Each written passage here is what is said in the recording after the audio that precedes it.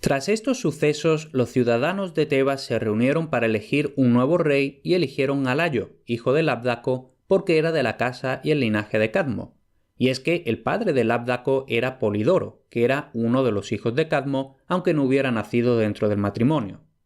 Cuando Nicteo tomó el reino, Polidoro era aún niño. Fue criado en total privacidad dentro de la familia de su madre por temor al nuevo gobernante, igual con Labdaco, a quien dejó huérfano a una edad temprana. Parecía que la cólera de los dioses aún se cebaba con los descendientes de Cadmo, pues Labdaco murió él mismo siendo joven, aunque dejando a un hijo, Layo, como único vástago de su linaje. Layo, una vez adulto, se había ido a buscar fortuna por el mundo y vivió como compañero y amigo del gran rey Pélope en Élide, hasta que los tebanos, recordando las antiguas glorias de su familia, lo mandaron llamar para que reinara sobre ellos, y esto lo hizo un tiempo de forma bastante próspera y tomó una esposa llamada Yocasta, hija del caudillo Meneceo. Pero en el primer año de su reinado, Layo fue a un festival de Apolo en Delfos y allí el dios le hizo esta advertencia a través de la boca de la sacerdotisa: «Asegúrate, rey, de no engendrar hijos, pues el primero de ellos te matará». Layo volvió a casa muy inquieto y por un tiempo obedeció el oráculo, pero poco a poco fue restando la importancia, tal y como hacen los hombres que no se preocupan por el mañana para disfrutar del presente. Cuando Yocasta dio a luz a un hijo, el rey se acordó de las palabras de Apolo. Temiendo matar al bebé él mismo, aún así estaba decidido a acabar con él, por lo que le atravesó los tobillos con un cordel y, tullido de esa forma, lo entregó a un leal sirviente con la orden de abandonarlo en el monte Citerón, cercano a la ciudad. Ni aun así pudo derrotar los firmes propósitos de los dioses, pues el sirviente, conmovido de compasión, entregó el niño a un pastor que él conocía, que vivía un poco más lejos en el Citerón, más allá de los confines de Tebas. Este pastor era sirviente de Pólibo, rey de Corinto, y le llevó el bebé a la esposa de su señor, pensando que querría criarlo ella misma por piedad. Y ella, que no había conseguido tener hijos propios, en cuanto lo vio, se apiadó del niño indefenso. Con sus cuidados, el niño creció y se curó de sus heridas, pero por la desfiguración que le dejaron, lo llamaron Edipo, es decir, el de los pies hinchados. Edipo se hizo un muchacho apuesto, demasiado temperamental, pero más inteligente de lo que le correspondía por su edad, hasta el punto de que el rey Pólibo, ya que no tenía herederos, lo adoptó como su hijo y heredero. Pero un día Edipo fue a un banquete en Corinto y se peleó con uno de los convidados, que le espetó que no era el hijo verdadero del rey Pólibo, sino que lo habían recogido de los montes. Esto enfureció a Edipo, que se había criado como si el rey y la reina fueran su padre y su madre. Cuando volvió, les contó indignado lo que había ocurrido, pero, por las evasivas de los reyes, se quedó inquieto por si realmente había algo raro respecto a su nacimiento. «No voy a aguantar sin saber», gritó. «Ya que no me queréis decir la verdad, iré a preguntársela al dios en Delfos». Por mucho que los reyes dijeran, se marchó ese mismo día solo y a pie.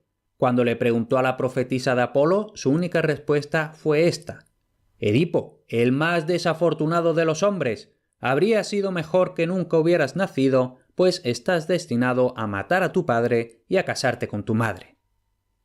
Ante aquellas palabras se le encogió el corazón. Salió corriendo del templo totalmente consternado, sin saber ni importarle a dónde. Cuando se tranquilizó un poco, estaba ya bastante lejos de Delfos, en un paso de una montaña donde se cruzaban 4 caminos. Una señal en la encrucijada marcaba que uno de los caminos llevaba a Corinto.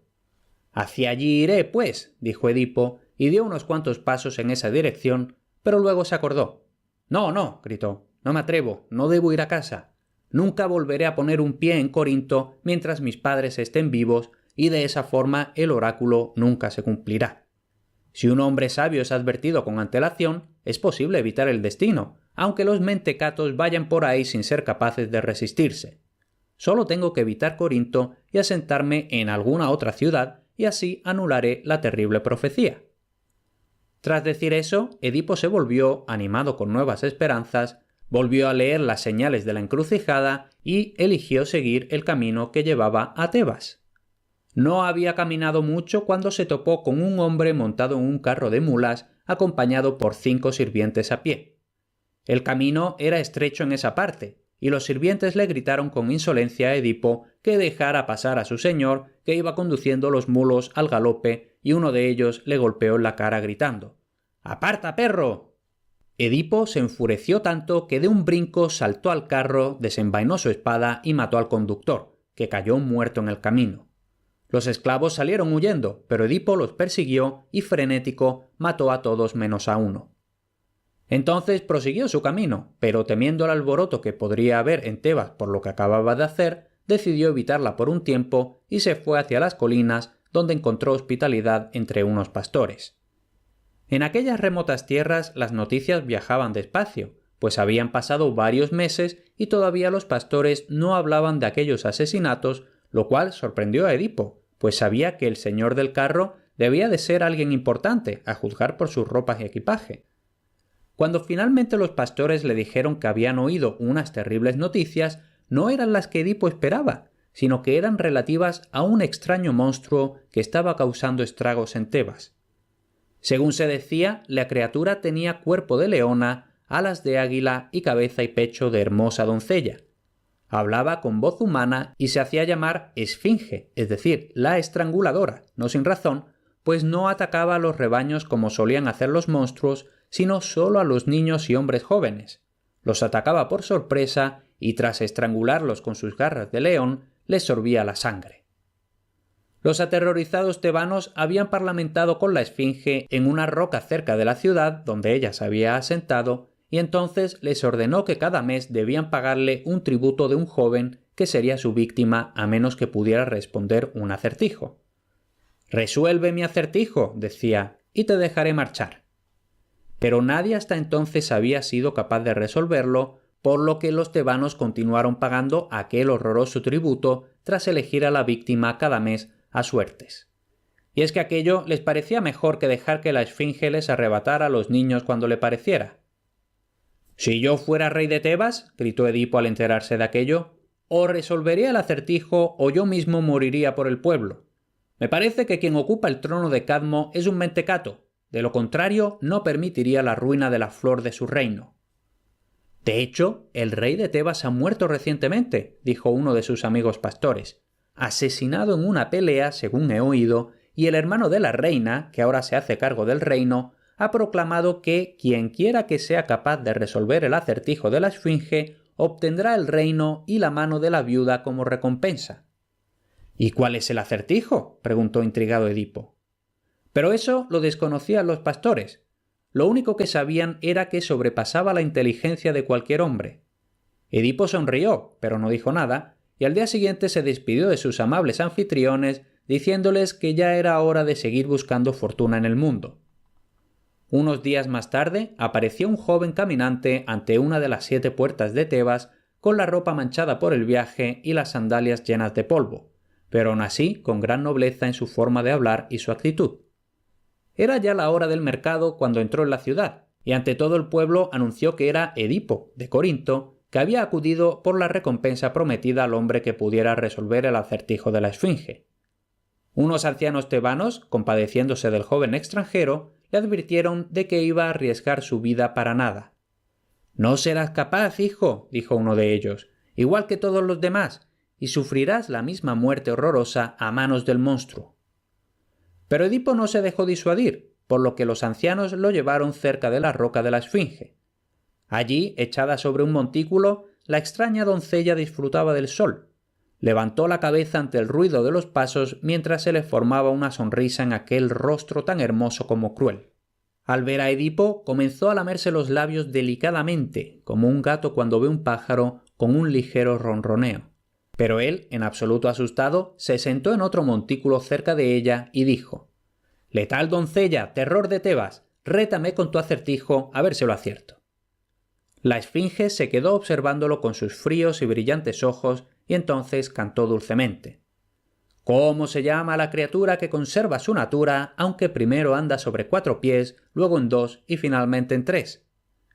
Entonces sonrió ominosamente, y Edipo fruncía el ceño mientras le daba vueltas en silencio.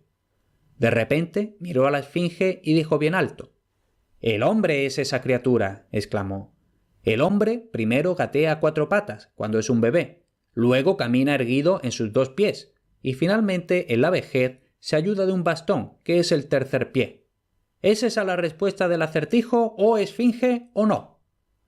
Ni una palabra dijo la esfinge, sino que con un espeluznante chillido se tiró de cabeza por el precipicio que había detrás y se rompió el cuello en la caída. Y es que estaba destinada a aquella espantosa muerte si algún mortal era capaz de responder su acertijo.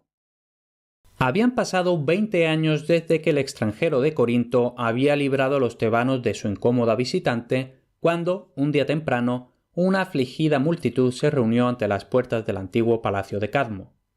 Allí había ancianos y jóvenes, incluyendo mujeres, tanto maduras como doncellas, todos ellos terriblemente apesadumbrados y vestidos de negro. Solo se escuchaba entre ellos el llanto del luto y ocasionalmente algún «Edipo, sabio Edipo, ¿no puedes ayudarnos, oh rey?». Las puertas se abrieron y una figura coronada apareció en el umbral y al verlo todos callaron. Edipo alzó el cetro que tenía en la mano para pedir la atención y entonces habló de esta forma: «No vengo ante vosotros después de haberme ido de vacaciones, mi gente, sino que llevo toda la noche rumiando vuestra aflicción, que es también mía. Indigno sería yo ciertamente de ser llamado rey si pudiera dormir mientras arden las piras funerarias por doquier y plañís sin descanso por las calles de Tebas. Solo los dioses saben por qué causa han golpeado nuestra ciudad con una peste tan virulenta que apenas hay alguna casa donde no haya muerto nadie. Pero es cierto que no hay habilidad ni conocimiento humano que pueda parar esta peste. Por tanto, ciudadanos, he enviado a Creonte, el hermano de la reina, a preguntar a Apolo en Delfos. Y hoy mismo, si no estoy equivocado, debería estar de vuelta con la respuesta del dios. Y tened por seguro que vigorosamente llevaré a cabo cualquiera que sea la solución que el oráculo ordena para vuestra salvación». En cuanto hubo dicho eso Edipo, un hombre canoso, con las enseñas de los sacerdotes de Zeus, exclamó con gozo: Ahí viene Creonte, con buenas noticias, pues veo que viene con la cabeza tocada por la corona de Apolo, muestra manifiesta de que ha recibido una respuesta favorable de parte del oráculo». Y el sacerdote estaba en lo cierto. Al momento Creonte se metió por entre la multitud y habló en voz alta: «Buenas noticias, mi señor y hermano. La peste desaparecerá en cuanto expulsemos de nuestra tierra a los asesinos del rey Layo o los condenemos a muerte, pues es su encolerizado espíritu, que clama venganza por tanto tiempo, el que ha enviado la enfermedad sobre los tebanos. Esa es la noticia que traigo del dios». «¿Qué me dices?», gritó Edipo sorprendido. «Sé que Layo murió de forma violenta, pero, según sé, eso ocurrió mientras hacía un viaje bastante lejos de aquí. ¿Cómo dices entonces que sus asesinos viven entre nosotros en Tebas?» «Es el oráculo de Apolo el que lo dice», respondió Creonte. «De lo contrario, yo tampoco lo creería. Y es que Layo, como has oído, estaba de camino en el extranjero cuando una banda de salteadores lo atacó y mató. ¿Quién iba a pensar que cualquiera de esos hombres se atrevería a venir a vivir en nuestro país, si bien nunca han sido localizados?» «También eso es extraño», interrumpió Edipo. «Un rey de Tebas asesinado en pleno viaje por hombres que parecen haber surgido de la nada y luego desaparecen de la vista. Me imagino que sin duda movisteis cielo y tierra para tratar de encontrarlos». «Bueno, en cuanto a eso», dijo Creonte, «seguro que recuerdas que incluso ese asesinato fue algo pequeño en comparación con la terrible tiranía de la esfinge que nos asolaba entonces. Ya sabes lo que se dice: más cerca está la camisa que el jubón. Y primero son mis dientes que mis parientes. A los tebanos preocupaba más salvar a nuestros hijos del monstruo que vengar al rey muerto. Entonces llegaste tú, nuestro salvador caído del cielo, y con la alegría nos olvidamos del tema.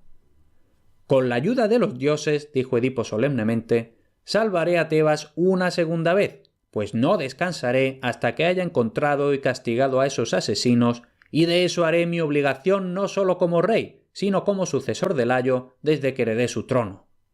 Es como si yo hubiera sido su hijo, y lo vengaré como si él hubiera sido mi propio padre. Escuchadme, pues, pueblo de Tebas. Si cualquiera de vosotros sabe quién mató a Layo y lo ha mantenido en secreto, ya fuera por miedo o favor, que venga en privado y me diga toda la verdad, sin miedo de confesar esa información, pues por todos nuestros dioses juro que no sufrirá daño alguno. Eso sí, no podrá seguir viviendo en Tebas, sino que habrá de marcharse ileso, llevándose consigo a su esposa, hijos, ganado y todo lo que sea suyo. «¡Una sentencia justa y compasiva!», exclamó el viejo sacerdote de Zeus en cuanto terminó de hablar el rey.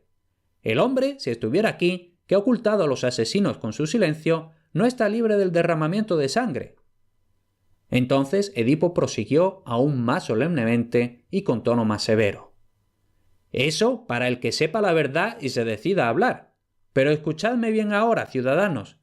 Si alguno entre vosotros sabe la verdad y no la dice, a ese hombre lo marcaré ante los dioses y ante todos vosotros como traidor al Estado, enemigo público y asesino. Sí, pues del secreto de ese hombre dependen todas nuestras vidas. El silencio de ese único hombre nos condena a nosotros y a nuestros hijos a perecer por la peste. Y la sangre del ayo mancha las manos de ese hombre, viendo que priva su espíritu de la venganza que anhela. Por tanto, tebanos, acuso de lo mismo a los asesinos y a los que sepan quiénes son. Que a esos se les prive del fuego y del agua y de los ritos sagrados, que nadie le hable ni tolere su presencia, ni le brinde ayuda aunque esté muriendo de sed o hambre. Quien quiera que tenga ocasión puede matarlo, como se mata a las fieras malvadas. Y en cuanto al asesino mismo, que se consuma y muera miserablemente, y que todas las maldiciones que pueda yo proferir caigan sobre mí mismo si resultara que yo le he dado cobijo bajo mi techo». Se hizo un gran silencio tras aquellas tremendas palabras hasta que el sacerdote de Zeus lo rompió. «En nombre de todo el pueblo», dijo gravemente, «yo respondo que así sea». Y la multitud asentía entre murmullos, pero alguien gritó: «Apolo lo sabe todo. ¿Por qué no le preguntamos a él quién asesinó al rey Layo?» «No», dijo el sacerdote, «pues si el dios hubiera querido revelarlo, se lo habría dicho a Creonte. Nada bueno puede salir de preguntarle por algo de lo que no ha querido hablar. Pero sí que hay entre nosotros un famoso y sagrado ministro de Apolo, el adivino Tiresias. Por ventura puede que se le haya otorgado el conocimiento que buscamos y nos lo revele si el rey lo ordena». «Bendito sacerdote», exclamó Edipo, «has dado con la misma propuesta que Creonte acaba de decirme al oído. Haré llamar a Tiresias de inmediato. Mientras tanto, lleva a los ciudadanos al altar de Zeus y ofreced plegarias y votos por la feliz resolución de nuestras aflicciones». Entonces el sacerdote y el pueblo se marcharon, y el rey, tras dar órdenes a un sirviente, entró en el palacio a esperar la llegada del adivino.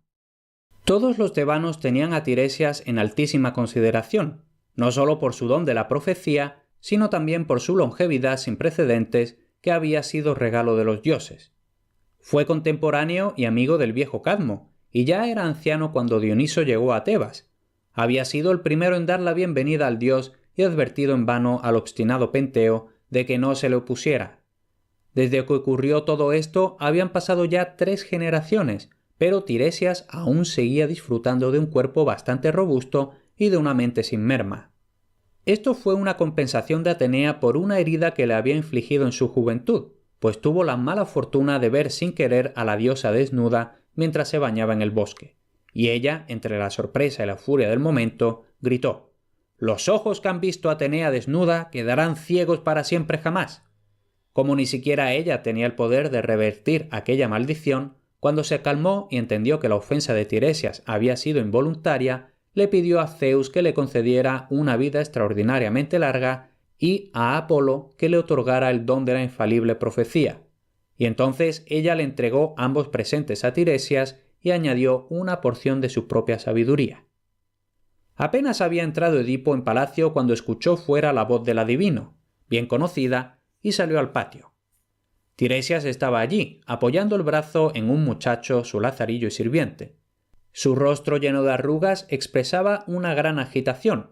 Parecía estar porfiando con el mensajero del rey que, no sin respeto, le mandaba seguir caminando. «No, déjame irme», decía, y Edipo lo oía. «Tu señor no ha hecho bien al hacerme llamar, y peor yo al obedecer. Deja que me vaya a casa». «¿Qué pasa, venerable adivino?», exclamó Edipo confrontándolo. «Confío en que no nos negarás tu ayuda, regalo de los dioses, en semejante trance como el presente». «¡Ay!», respondió Tiresias, «¿de qué sirve la previsión sin poder para evitar el mal previsto?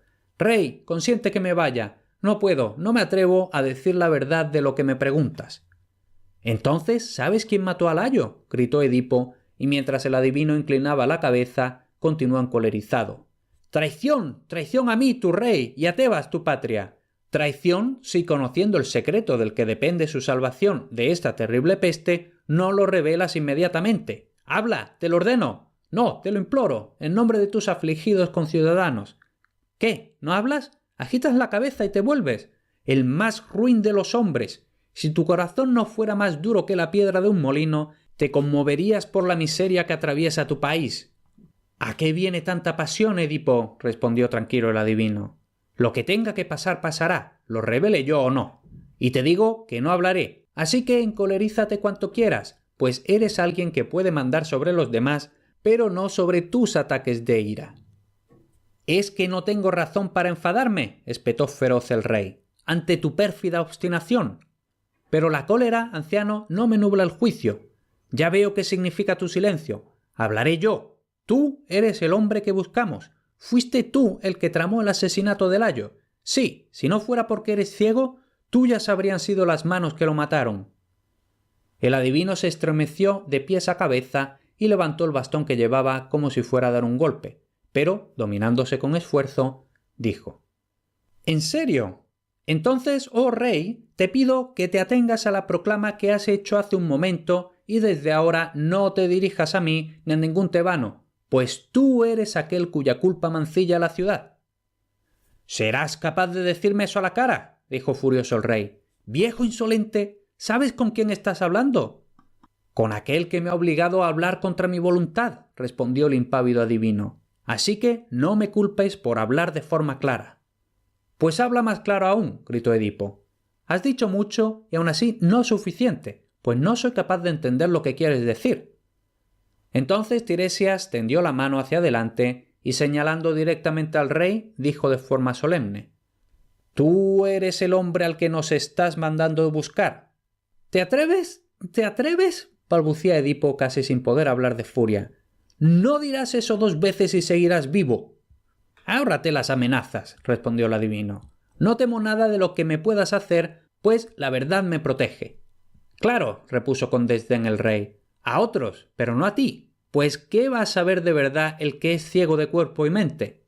«Qué lamentable», murmuró Tiresias, «que venga esa burla de tu boca, tú, que en un momento lo oirás de boca de todos los tebanos contra ti». Pero Edipo, si oyó ese último comentario, no le prestó atención. Se quedó frunciendo el ceño y con el pensamiento fijo un momento, y de repente, con ominosa calma, dijo: «Dime, ¿fuiste tú o Creonte el que inventó todo esto?» Si esperaba obtener alguna confesión de Tiresias, le esperaba la decepción. Sin pestañear, el anciano respondió: «No es Creonte el que se esfuerza en tu desgracia, sino tú mismo». «¡Ah!», estalló el rey. «¿De qué forma son asediadas por la envidia, la prosperidad y el poder regio?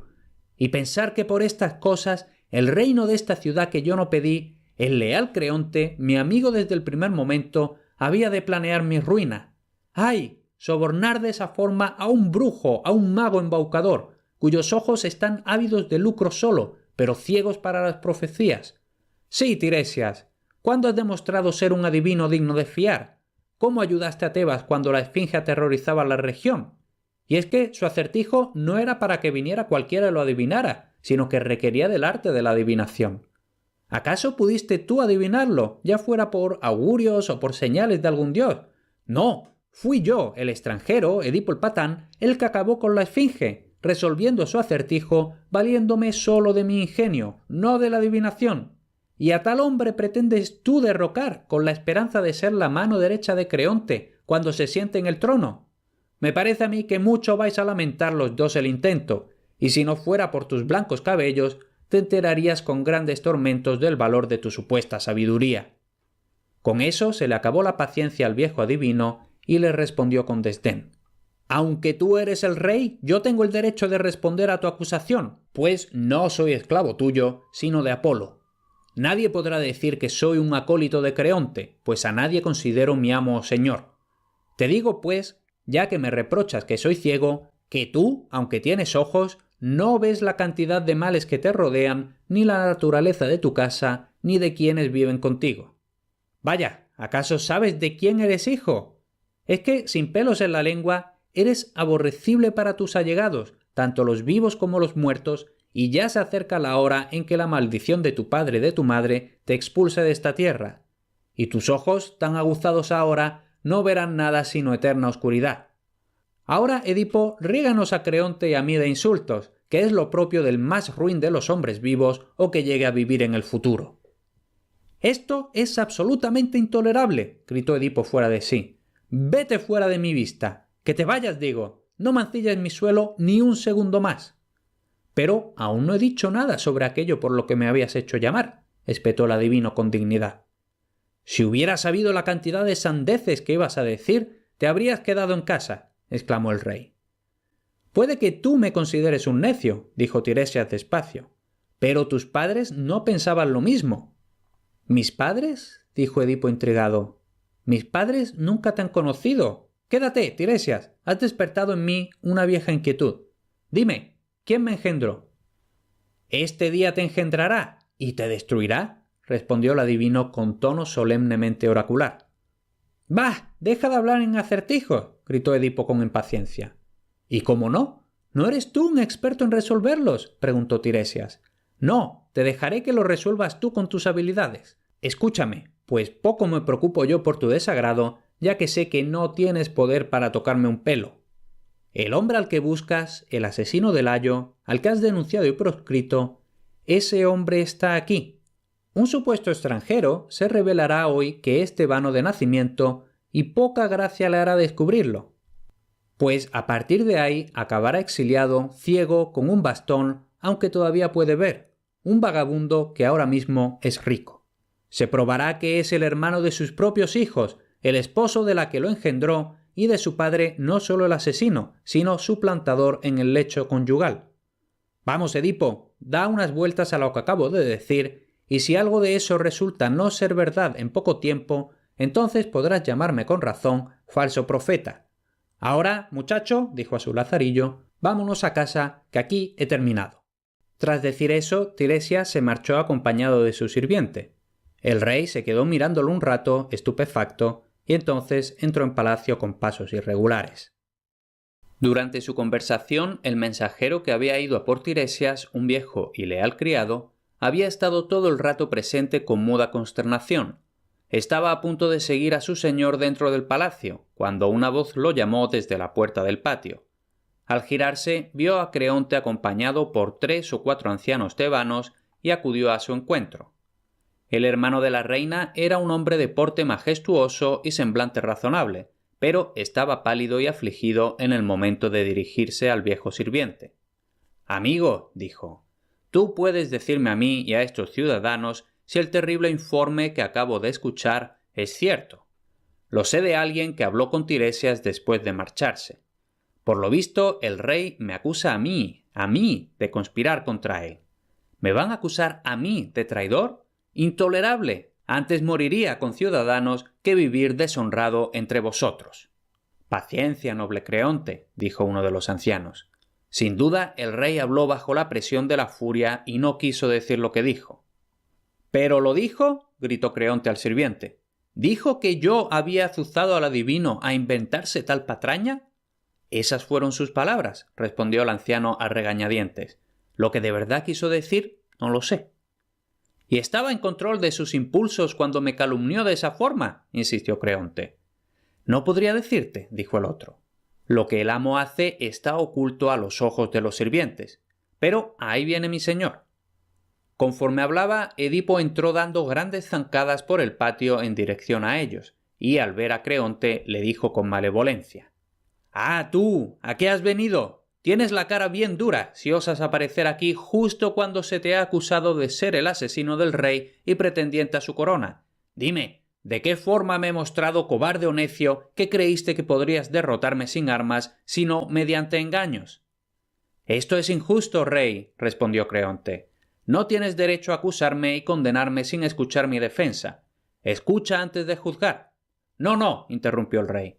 «Eres un buen orador, pero yo soy un mal oyente, cuando sé de antemano que el hablante es un villano». «Entonces dime al menos», dijo Creonte, «¿qué es de lo que me acusas?». Que así sea, respondió Edipo. ¿Es verdad o es mentira que me aconsejaste hacer llamar al pomposo profeta? Es verdad, dijo Creonte, y mantengo que ese consejo era apropiado. Y Tiresias, continuó el rey, era ya adivino aquí en Tebas cuando Layo fue asesinado. Desde luego, dijo Creonte, y era tan venerado entonces como ahora. Pero ¿por qué me preguntas lo que sin duda ya sabes? Tengo otra pregunta para ti, dijo Edipo. ¿En aquel momento dijo Tiresias alguna palabra de mí? No que yo sepa. ¿Por qué debería haberlo hecho? Respondió Creonte cada vez más extrañado. La pregunta sería más bien, ¿por qué un sabio tan grande no descubrió el asesinato? En cuanto a eso, dijo Creonte, no sé nada, y prefiero quedarme callado respecto a lo que se escapa a mi comprensión. Ah, dijo Edipo, pero hay una cosa que sí que sabes, y sería sabio que lo reconozcas. Si tú no me hubieras recomendado hacerle llamar, Tiresias nunca me habría acusado de matar a Layo. ¿Tiresias te ha acusado a ti? Exclamó Creonte visiblemente asombrado.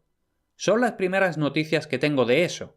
Entonces eso es lo que piensas de mí. Ya veo, por fin, a dónde vas con todas estas preguntas. Ahora, si eres justo, Edipo, tú debes responder mis preguntas. Di pues, ¿no es mi hermana tu esposa y no reinas como rey consorte, mientras ella tiene el mismo poder que tú sobre los tebanos, que la veneran a ella como su reina lícita y de su propia ciudad? Todo eso es cierto, dijo Edipo, pero no veo qué tiene que ver. No, déjame hablar, espetó Creonte. ¿Acaso yo, siendo hermano carnal de la reina y a través de su matrimonio hermano político del rey, no soy el tercero más poderoso del reino y disfruto todos los honores y privilegios de la realeza? ¿Es que no me respetan todos los tebanos porque saben que mi favor es el pasaporte más fiable al tuyo? Vaya, tengo todas las ventajas de la realeza excepto el título y ninguno de sus problemas. ¿Crees que soy tan tonto de intercambiar mi situación libre y feliz, incluso si pudiera, por la pesada carga de una corona? Doy gracias a los dioses por no haberme hecho tan ambicioso y descarriado de querer más que la riqueza y el honor. En cuanto a esa traición, envía una embajada a Delfos y pregunta si el mensaje que yo mismo traje de allí no es fiel al oráculo de Apolo. Comprueba todo esto y si puedes probar que en algún momento he tramado algo con el adivino, condéname a muerte, y no solo con tu sentencia, sino también con la mía. Pero no me condenes por una simple sospecha. Considera que un hombre que rechaza a un leal amigo está rechazando algo tan preciado como la vida misma. Entonces los ancianos tebanos hablaron solemnemente. «Oh rey, Creonte ha hablado bien. Los juicios repentinos rara vez son de fiar». «Pero la traición repentina ha de ser reprimida», replicó Edipo, «y con este traidor voy a actuar contundentemente». «¿No pretenderás desterrarme?», exclamó Creonte poniéndose pálido. «Nada de eso», respondió ominosamente el rey. «La muerte, no el destierro, es el castigo que tengo para ti, para que sirvas de advertencia a todos los demás y de prevención contra la envidia». «¿Es que no vas a razonar?», dijo Creonte exasperado. «¿Me vas a condenar sin juicio? Debes haberte vuelto loco». «Vas a ver que sigo lo suficientemente cuerdo como para protegerme a mí mismo», dijo Edipo mirándolo. «Entonces es tu obligación protegerme a mí también», comenzó Creonte, pero el rey lo interrumpió. «No lo es, pero tú eres un traidor. Mis obligaciones son con el Estado». «¡Que gobiernas como un tirano!», gritó Creonte. «El Estado, desde luego, como si fuera todo tuyo y yo no tuviera lugar o derechos en él». Y entonces habrían llegado a las manos si no hubiera aparecido tímidamente uno de los ancianos de la ciudad. «Conteneos, príncipes», dijo. «Ahí viene, en el momento apropiado, la reina, cuya mediación restaurará la paz entre vosotros». Yocasta, una mujer de gran belleza y ademán regio, fue rauda hacia su esposo y su hermano con claro desagrado en el rostro. «Infelices», dijo, «¿a qué viene esta estúpida pelea que he oído a lo lejos? ¿No os da vergüenza dedicaros a pelearos entre vosotros en medio de la calamidad pública? Edipo, mi señor, entra en casa conmigo». «Y tú, Creonte, vuelve a casa. Os lo ruego, dejad esta pelea en estos terribles momentos». «Hermana», respondió Creonte, «tu marido me acaba de condenar a muerte». «Lo confirmo, querida», dijo Edipo, «pues he detectado su malvado plan contra mi vida». «Que me fulmine un rayo», exclamó Creonte, «y muera indignamente si he hecho algo de lo que me acusas». «Créele, Edipo», gritó Yocasta, «por los dioses, respeta su juramento y a mí y a estos buenos ciudadanos que te ruegan por él.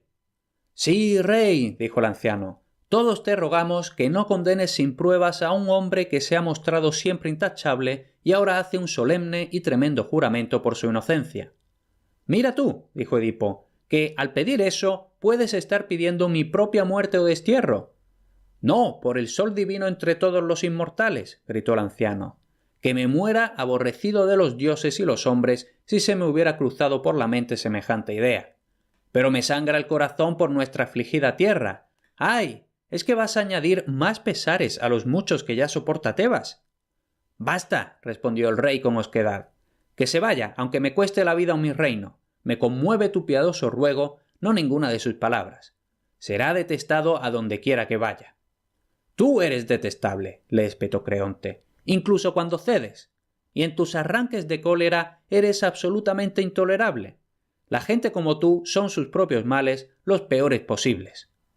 ¡Fuera de mi vista! ¡Vete, antes de que me arrepienta! Gruñó el rey, lanzándose hacia él, pero Yocasta lo cogió del brazo y les hizo una señal a los ancianos para que se llevaran a su hermano. Los ancianos obedecieron, y Creonte no se opuso. Con una última mirada desafiante a Edipo, se volvió y se fue. «Ya estamos solos, mi rey», dijo Yocasta. «Dime, ¿a qué ha venido toda esta pelea?» «Como quieras, mi reina», respondió el rey. «Has de saber, pues, que empezó Creonte, pues dice que soy yo el que mató a Layo». «¿Cómo es posible?», exclamó la reina. «¿Por qué? ¿Qué le hizo pensar en tal cosa? ¿Y lo dice porque lo sabe él mismo o por haberlo oído por ahí?» «¿Qué sé yo?», dijo Edipo. «Pues no me lo ha dicho a la cara, sino que, como el truán que es, lo hizo por medio de su esbirro Tiresias. La verdad es que era un plan astuto, pero los he cazado. Es que mira lo insistente que era Creonte rogándome que hiciera llamar a Tiresias, y cuando el viejo granuja me acusó a mí fingiendo inspiración divina, me di cuenta entonces de que Creonte lo había embaucado». «No, Edipo, no seas injusto con él», dijo la reina suavemente. «Estoy segura de que es solo Tiresias el que está detrás de todo. Y lo que él diga a ti te tiene que dar igual, pues realmente ningún humano tiene el arte de la adivinación. Mira, te lo voy a demostrar con unas pocas palabras. Una vez un oráculo le dijo a Layo, me da reparo decirlo, un oráculo del propio Febo, aunque a través de sus ayudantes, que, si engendraba un hijo, ese hijo lo mataría. En vez de eso, lo mataron en una encrucijada unos salteadores de caminos, y el hijo que di a luz no vivió más de 3 días, pues Layo, por miedo al oráculo, le ató los pies e hizo que lo echaran al monte. Así que, como ves, Apolo no cumplió su palabra en eso. Mi pobre bebé murió mucho antes que su padre, y Layo murió a manos de bandidos. Por tanto, no hagas caso a Tiresias y sus augurios. El propio Dios hará que se sepa la verdad cuando a él le parezca, pero las señales y las profecías son un engaño. El rey no pareció encontrar consuelo, sino lo contrario, en las palabras de su esposa. Iba frunciendo más el ceño conforme la escuchaba, y cuando hubo terminado, dijo con un hondo suspiro: «¡Ay, mi reina! Me acabas de llenar de terribles dudas cuando has mencionado que a Layo lo mataron en una encrucijada. Yo nunca había oído ese detalle, ni desde luego dónde ocurrió el desastre. ¿Dónde está esa encrucijada, Yocasta?» «En un cruce de las montañas de Fócide», respondió, «entre Tebas y Delfos». «¿Pero qué te aflige, mi rey? ¿Estás temblando? Tienes la cara blanca». «No es nada», dijo con impaciencia. «Dime, ¿hace cuántos años de eso, la muerte de tu esposo?» «¿Por qué preguntas? Lo sabes tan bien como yo», dijo Yocasta. «Fue poco antes de que tú aparecieras por Tebas». «¡Ay!», dijo el rey con expresión sombría. «¿Y qué edad tenía Layo entonces? ¿Cómo era? Descríbemelo». «Era alto, ya con algunas canas por aquí y por allá», dijo Yocasta. «Tenía un porte y rostro similares a ti». «¡Ay de mí!», gimió el rey. «No sabía yo que todas esas maldiciones que proferí antes eran contra mí mismo». «Querido, ¿qué te ocurre?», gritó Yocasta alarmada y sorprendida. «¿Por qué hablas de forma tan extraña?» «Tengo el corazón lleno de dudas de si el adivino dijo la verdad», titubeaba. «Pero para asegurarme tengo que saber algo más. ¿Qué séquito acompañaba a Layo en aquel terrible viaje? ¿Eran muchos o pocos?» «Solo 5 esclavos», respondió Yocasta. «Iban a pie, y él iba en un carro tirado por mulos. Los asesinos mataron a los esclavos también, a todos menos uno, que trajo las terribles noticias a casa. «Ahora es tan claro como la luz del sol», dijo Edipo tras emitir un gran quejido. «Pero todavía me queda una leve esperanza. El esclavo que escapó sigue aún trabajando en palacio. Si es así, hazlo venir inmediatamente».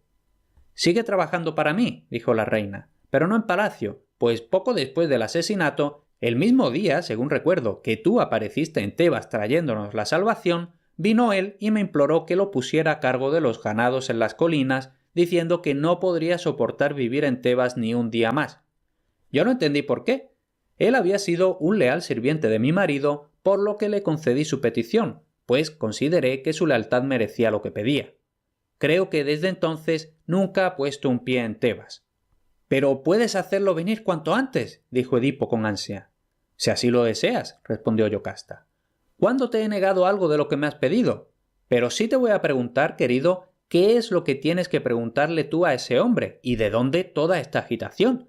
¿Es que no tengo derecho yo, que soy tu esposa, a saber qué te atormenta tanto?» «Todo el derecho del mundo», respondió Edipo afectuosamente, «y te lo voy a decir. Sabes desde hace tiempo por qué me marché de mi hogar en Corinto. Las burlas de alguien en un banquete, después del vino, me hicieron dudar de mis progenitores, por lo que fui a resolver esas dudas al oráculo de Delfos. Sabes también cuál fue la respuesta que me dio Apolo y que decidí no volver a Corinto para no causar algo terrible. Lo único que no te había dicho hasta ahora, y no se lo he dicho a nadie, es justo lo que me aterroriza». Entonces describió su encuentro con el hombre en el carro de mulos en el camino hacia Tebas. «Estoy casi convencido», prosiguió, «de que ese hombre era Layo, pues tu historia concuerda con la mía punto por punto, excepto uno. Tú dices que a Layo lo atacó y mató una banda de hombres, pero yo iba solo. Todo depende, pues, del testimonio de tu pastor. Si él, el único testigo de la muerte de su señor, confirma tu historia, significará que soy inocente». «Entonces todo bien», respondió Yocasta, «pues no solo yo, sino toda la ciudad lo hemos oído declarar que no fue uno solo, sino varios hombres, los que mataron a Layo y su séquito. Lo haré llamar inmediatamente que oigas la historia de sus labios. Entretanto, mi rey, anímate y sacúdete esas preocupaciones. Por mi parte, tras ver lo completamente falsa que fue la predicción de que mi hijo había de matar a su padre, ya no tengo fe en oráculos ni en los que los pronuncian». Entonces tomó a Edipo de la mano y lo llevó hasta el palacio.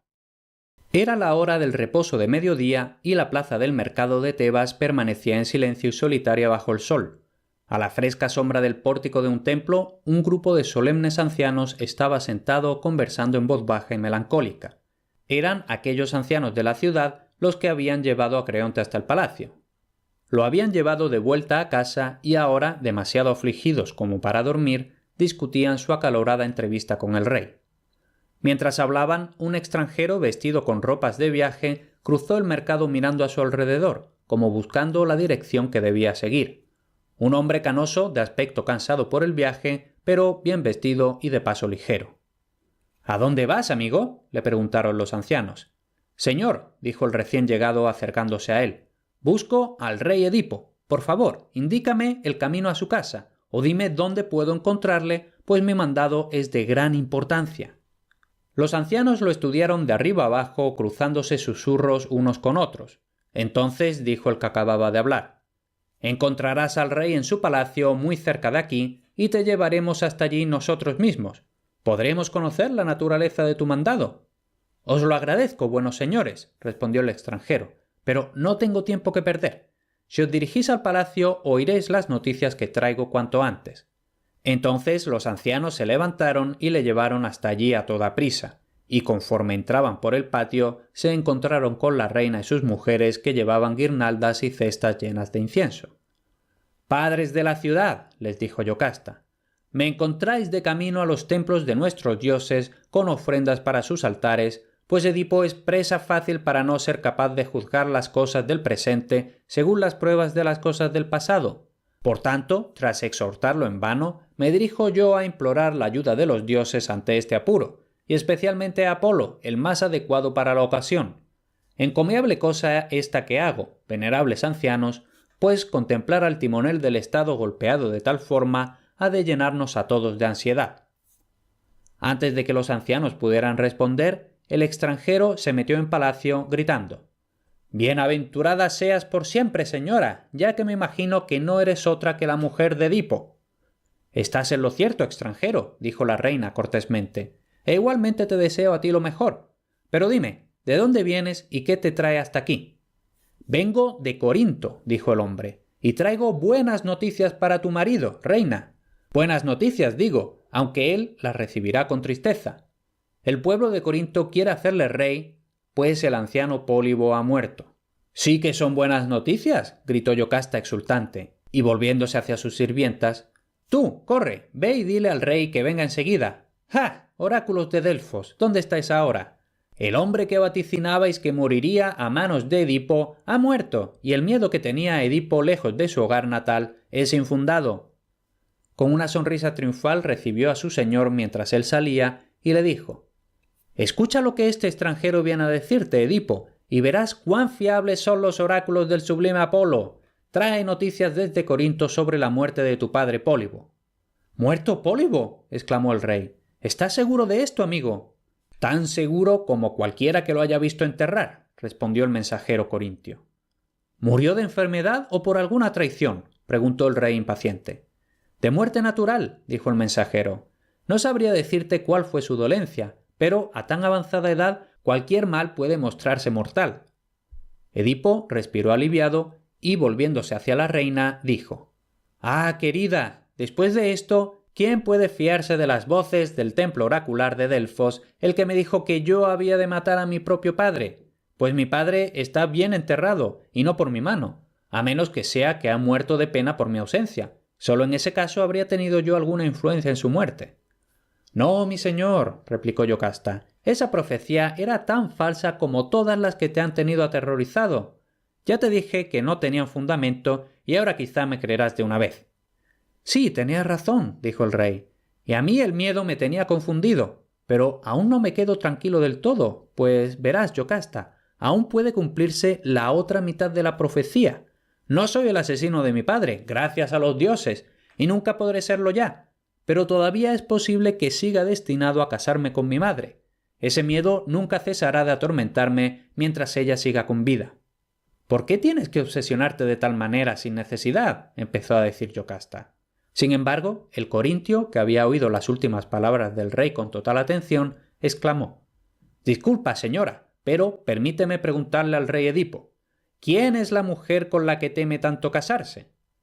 «Pues la reina Mérope de Corinto. ¿Quién si no?», dijo Edipo mirándole con sorpresa.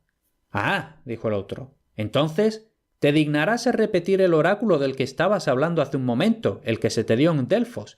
Créeme, tengo buenas razones para insistir». «Desde luego», dijo Edipo, «el dios vaticinó mediante la boca de su sacerdotisa que yo había de matar a mi propio padre y casarme con mi propia madre. Por eso he estado exiliado de Corinto voluntariamente durante tantos años. He prosperado, sin duda, en esta tierra adoptiva, pero no sin echar de menos el trato con mis queridos padres». «¿Y esa es la razón por la que nunca regresaste con nosotros?», dijo el corintio pensativamente. «Bueno, me complace ser el mensajero designado para traerte de vuelta a casa». «Deja eso ya», interrumpió Edipo, «que los corintios elijan a quien les parezca como rey. Nunca entraré en la ciudad mientras mi madre siga viva». «Entonces he de seguir hablando», dijo el mensajero, «y librarte de ese miedo. Escúchame bien. Por tus venas no corre ni una gota de sangre de Pólibo». «¿Qué dices?», gritó Edipo atónito. «¿Es que Pólibo no era mi padre?» «No más de lo que podría serlo yo», replicó el mensajero con calma. «Lo sé porque fui yo mismo el que te llevó a ti recién nacido a su casa. Ya que no había logrado tener hijos propios, te adoptó y crió a ti como tal». «Entonces, ¿quién era mi padre verdadero?», dijo Edipo mirándole con los ojos desencajados. «Eso no lo sé», dijo el mensajero, «pues llegaste a mis manos por mera casualidad, un día en el que yo, como pastor de Pólibo, estaba cuidando de sus rebaños en el monte Citerón, y el hombre que te entregó a mí, otro pastor, no me dijo nada relativo a tus padres.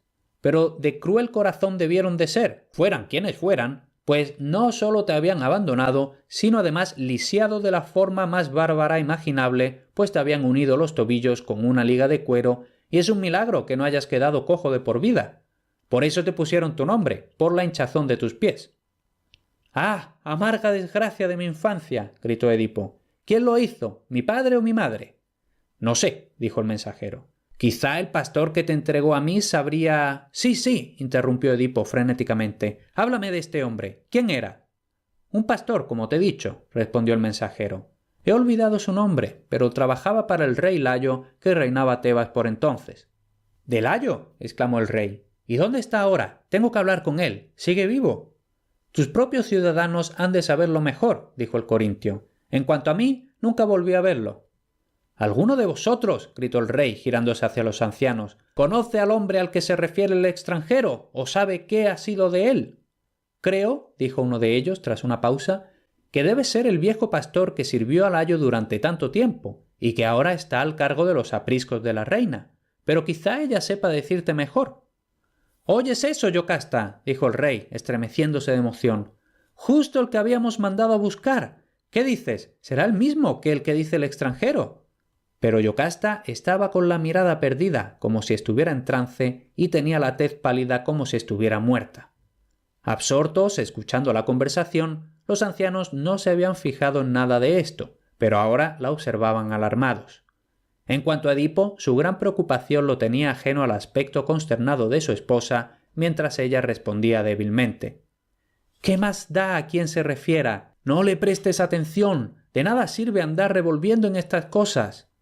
—Pero tengo que revolverlas, y lo haré —exclamó Edipo.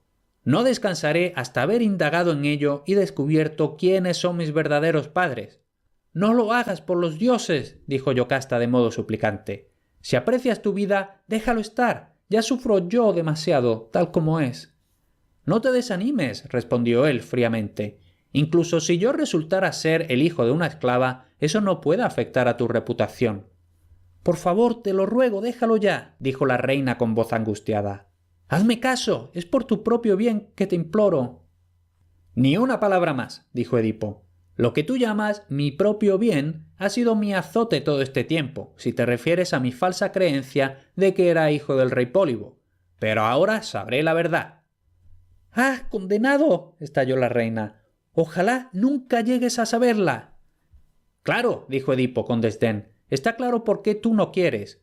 Y volviéndose a las sirvientas de Yocasta dijo: que alguna de vosotras vaya a ver si ha llegado ya el pastor, y, en ese caso, traedlo ante mí de inmediato. En cuanto a vuestra señora, dejadla aquí que disfrute su noble linaje.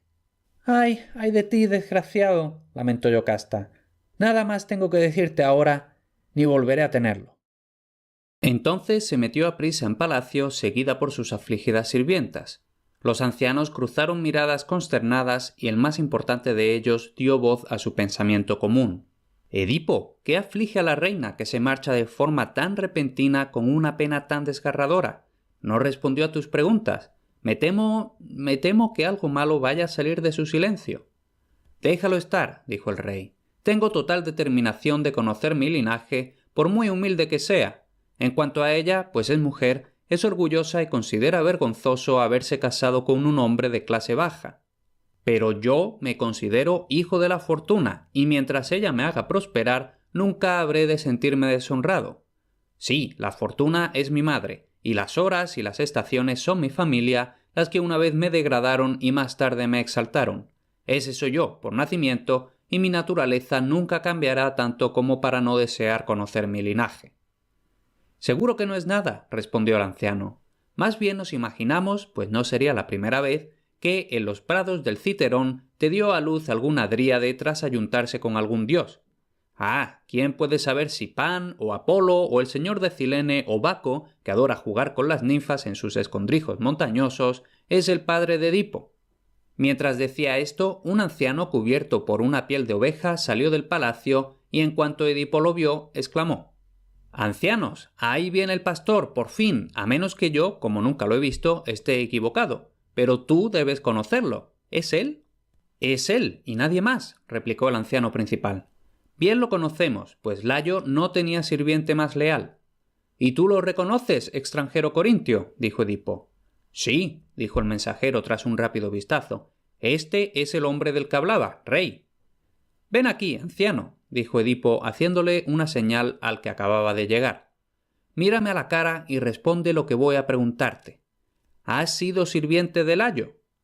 Lo he sido, dijo el pastor. No esclavo comprado, añadió con orgullo, sino nacido y criado en su casa. ¿Qué trabajo hacías para él? Preguntó el rey. La mayor parte de mi vida he cuidado de sus rebaños, respondió el pastor, ya fuera en el monte Citerón o en las tierras bajas de los alrededores. Ahora mira bien a este hombre de aquí, dijo Edipo agitado y señalando al corintio. ¿Recuerdas haberle visto en el pasado? El pastor lo miró y agitó la cabeza. No podría decir ahora mismo, respondió. No es de extrañar, rey, dijo el mensajero. Sin embargo, le refrescaré la memoria rápidamente. ¿No recuerdas que tú y yo éramos vecinos en el Citerón 3 estaciones completas, tú cuidando 2 rebaños y yo 1 desde la primavera hasta la llegada del invierno? Entonces, cada año bajábamos el rebaño desde los pastos y tú llevabas los tuyos a los establos del rey Layo, mientras que yo llevaba el mío hacia Corinto. ¿Es cierto lo que digo o no? Es cierto, respondió el pastor. Ahora sí que me acuerdo, aunque eso fue hace mucho tiempo.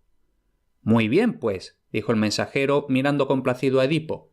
¿Y recuerdas darme a un niño por aquellos días, diciéndome que lo criara como si fuera mío? ¿Cómo? ¿Por qué sacas eso a colación? Gritó el pastor alterado. Porque, señor mío, ese niño está ahora ante ti, dijo el mensajero señalando a Edipo. ¡Que la perdición caiga sobre ti! Exclamó ferozmente el pastor. ¿No vas a callarte la boca? No, no le reprendas nada a él, anciano, interrumpió el rey. Eres tú el que merece reproches. ¿Por qué ofensa, mi noble señor? Dijo el pastor avergonzado. Por no responder su pregunta sobre el niño, dijo Edipo. Pero solo dice tonterías, una auténtica pérdida de tiempo, dijo tartamudeando el pastor, claramente angustiado. Eres testarudo, ya veo, dijo Edipo furioso, pero te voy a sacar la verdad. Y volviéndose hacia las puertas abiertas del palacio, gritó: ¡Guardas! ¡Guardas!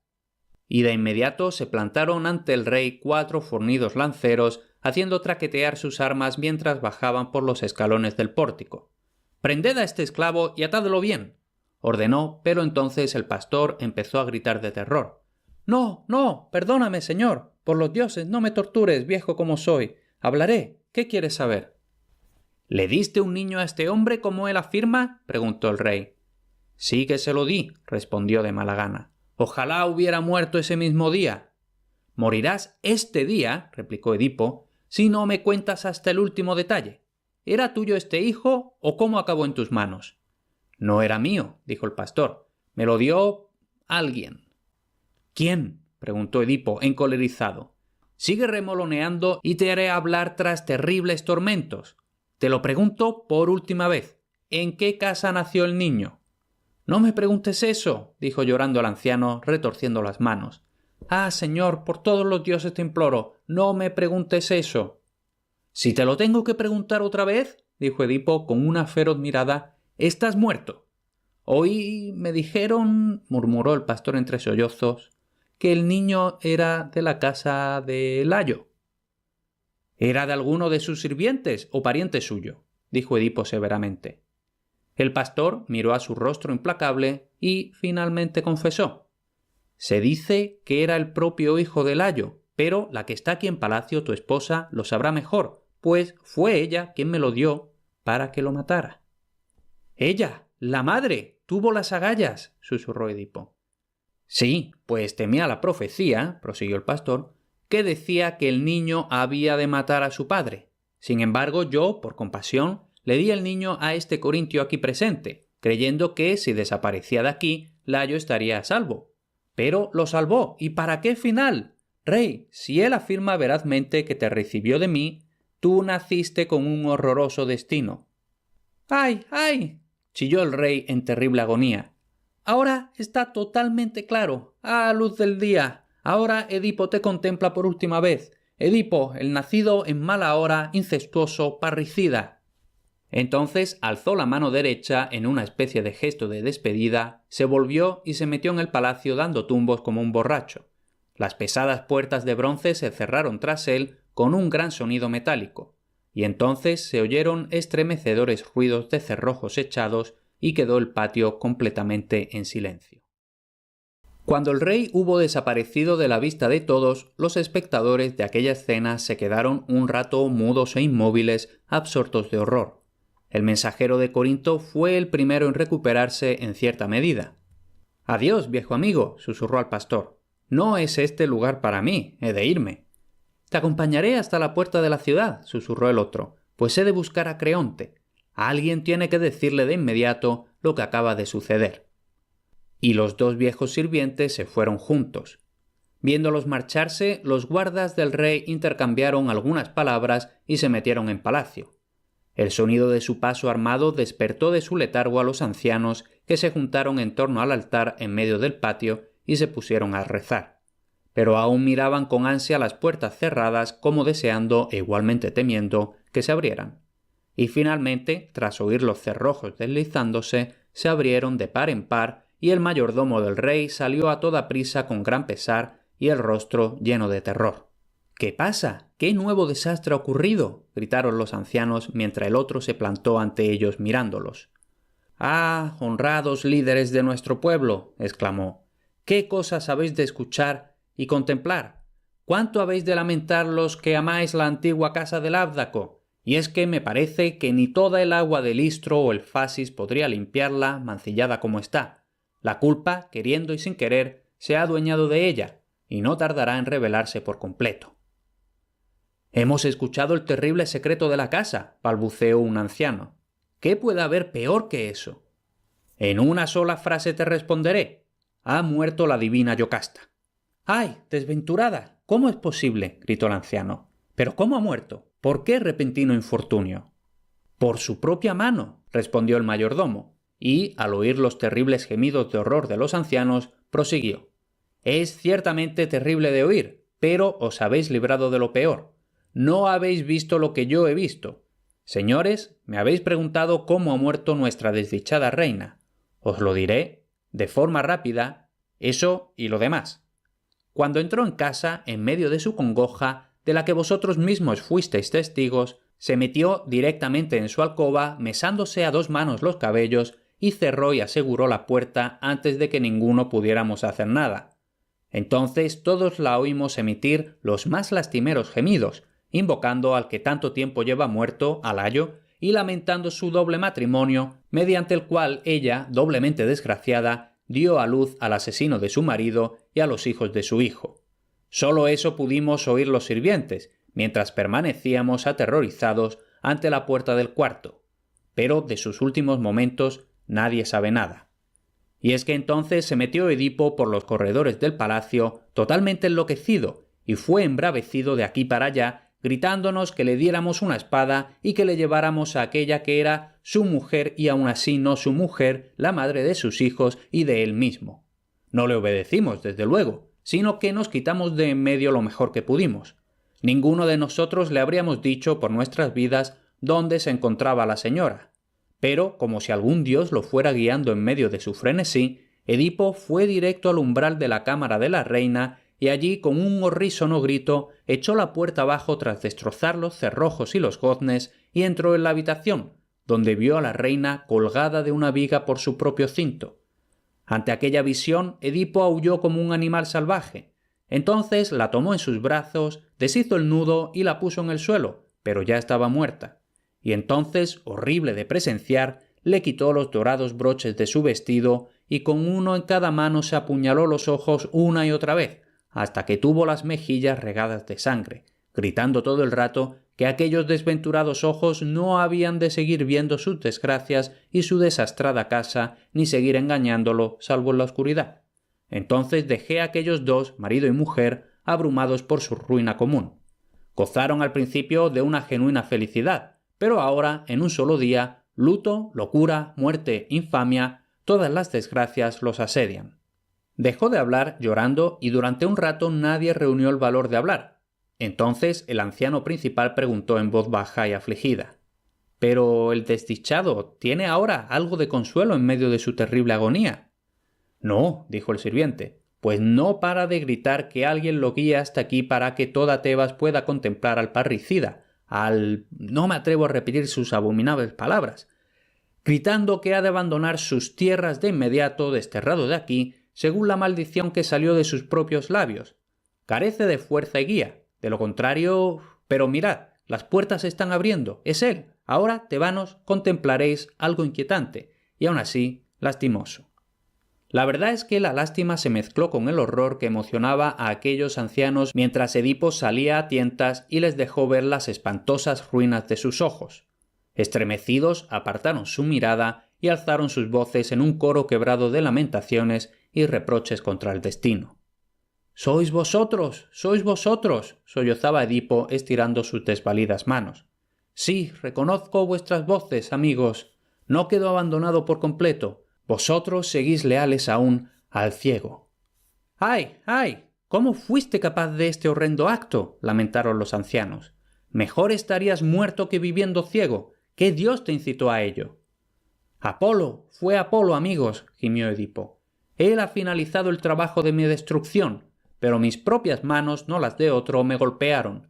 Y que nadie diga que no se hizo para bien, pues si bajara a los reinos de Hades con los ojos intactos, ¿cómo podría soportar contemplar a mi padre o a mi desdichada madre allí, yo, cuyos crímenes contra ambos merecen algo peor que la muerte? ¿Creéis que mis hijos pueden ser para mí algo agradable de ver, siendo de quienes son? ¡Ah, nunca, nunca! Ni tampoco esta ciudad y ciudadela y las sagradas imágenes de los dioses, de donde estoy desterrado por mi propio decreto.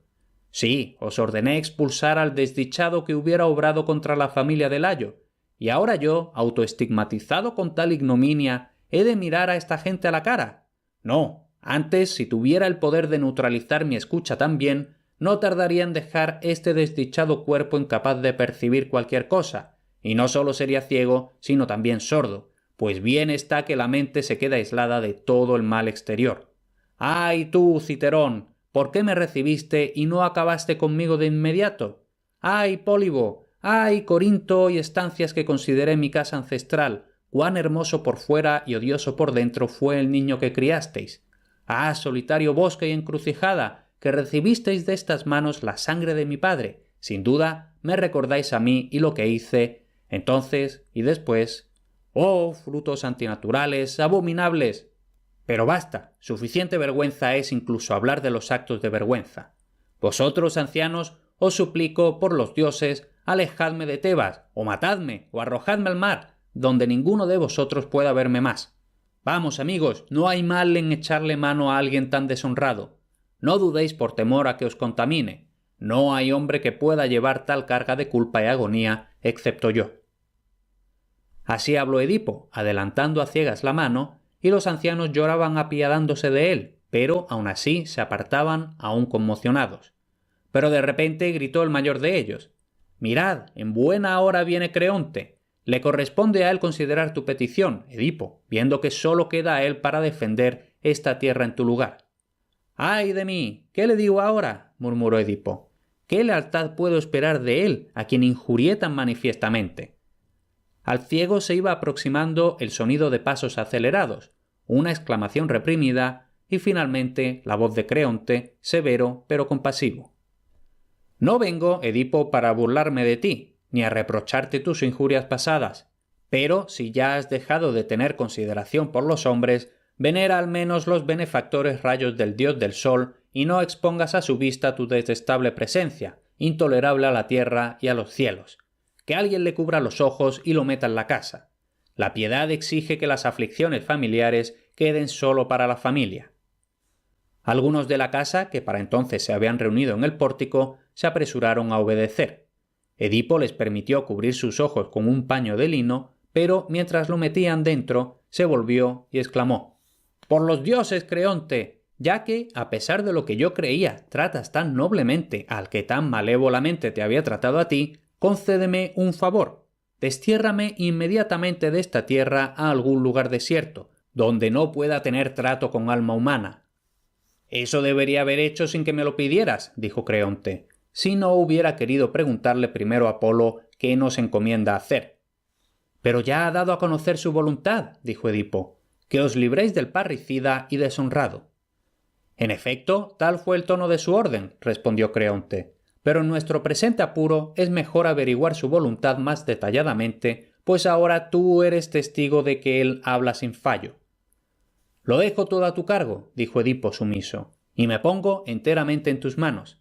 Entierra la que yace en el palacio donde consideres. Es tu derecho como su pariente más cercano. En cuanto a mí, no permitas que esta ciudad de mis padres siga dándome cobijo. Déjame vivir en las colinas, en el Citerón, mi Citerón, que fue el que mi padre y mi madre me asignaron como mi tumba, para que muera allí, tal y como ellos quisieron. Y aún así sé muy bien que ni enfermedad ni daño acabará conmigo, pues nunca me habría salvado de una muerte segura si no fuera porque un extraño y terrible destino me aguardaba. Sin embargo, deja que mi destino siga su curso. Creonte, no me pidas que piense en mis hijos. Los hombres nunca habrán de pasar necesidad, donde quiera que vivan. Pero, mis dos desafortunadas hijas, criadas en la abundancia, ahora de nada podrán gozar. En ellas estoy pensando.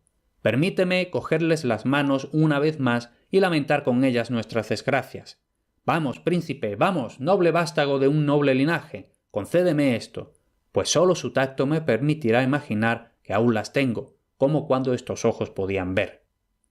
Entonces el ciego hizo una pausa y se quedó escuchando con atención y finalmente, con la voz quebrada, gritó: «¡Puede ser! ¡Es posible! ¡Que me diga alguien por los cielos! Es posible que sean los llantos de mis hijas lo que oigo.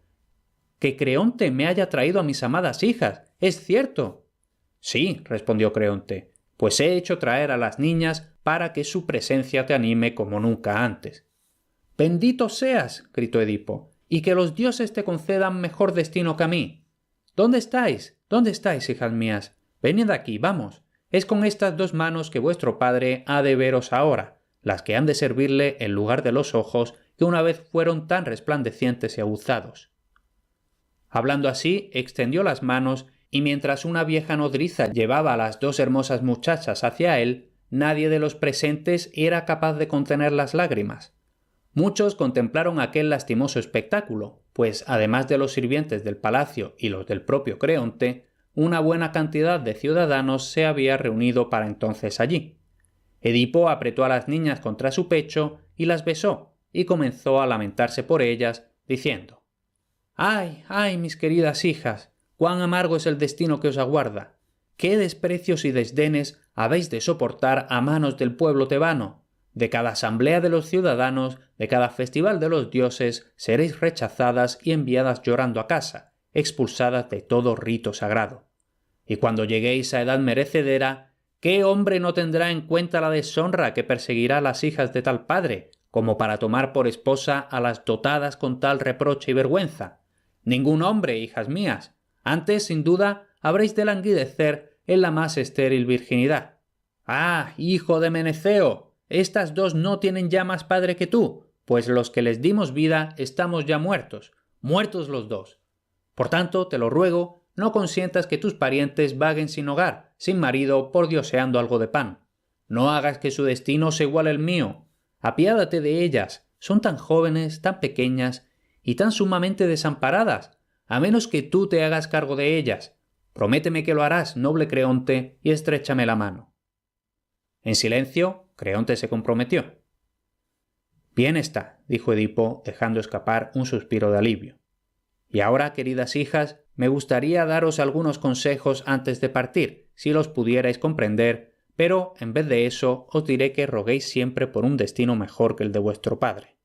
Y tras decir eso, besó a sus hijas una vez más y alzó su voz y lloró, y ellas lloraron también, agarrándose a él totalmente afligidas. Entonces dijo Creonte con suavidad: «Ya está bien de llorar, Edipo, que todo tiene su momento. Entra en el palacio». «Aunque no quiera, he de obedecer», dijo Edipo, «pero con esta condición, que me envíes al exilio». «Me pides a mí lo que sólo los dioses pueden conceder», respondió Creonte. «Pero me he hecho odioso a la vista de los dioses», dijo Edipo. «Por esa misma razón obtendrás pronto tu deseo», replicó el otro elocuentemente. «¿De verdad crees eso?», preguntó Edipo con gran seriedad. «Si no lo creyera», dijo Creonte, «no perdería el tiempo en decirlo». «Entonces vamos», dijo Edipo, pero cuando a la orden de Creonte un sirviente se llevó a las niñas de sus brazos, gritó: «No, no, no te las lleves, al menos déjame a mis hijas». «No quieras salir ganando en todo, Edipo», respondió Creonte con frialdad. pues lo que una vez tuviste no ha de seguir siendo tuyo hasta el final de tus días. El rey ciego inclinó la cabeza en silencio, y 2 de los guardas se lo llevaron sin resistir al palacio. Conforme aquella figura trágica desaparecía de la vista, el mayor de los ancianos se volvió hacia la pasmada multitud. «Mirad, pueblo de Tebas», dijo, «este Edipo, el que resolvió el famoso acertijo y fue un hombre tan poderoso, al que todos los ciudadanos envidiaban por su prosperidad, contemplad qué mar de desdichas ha acabado con él. En esto se ve bien la sabiduría del antiguo dicho que afirma que no ha de considerarse afortunado un mortal hasta que haya llegado indemne al final de su vida».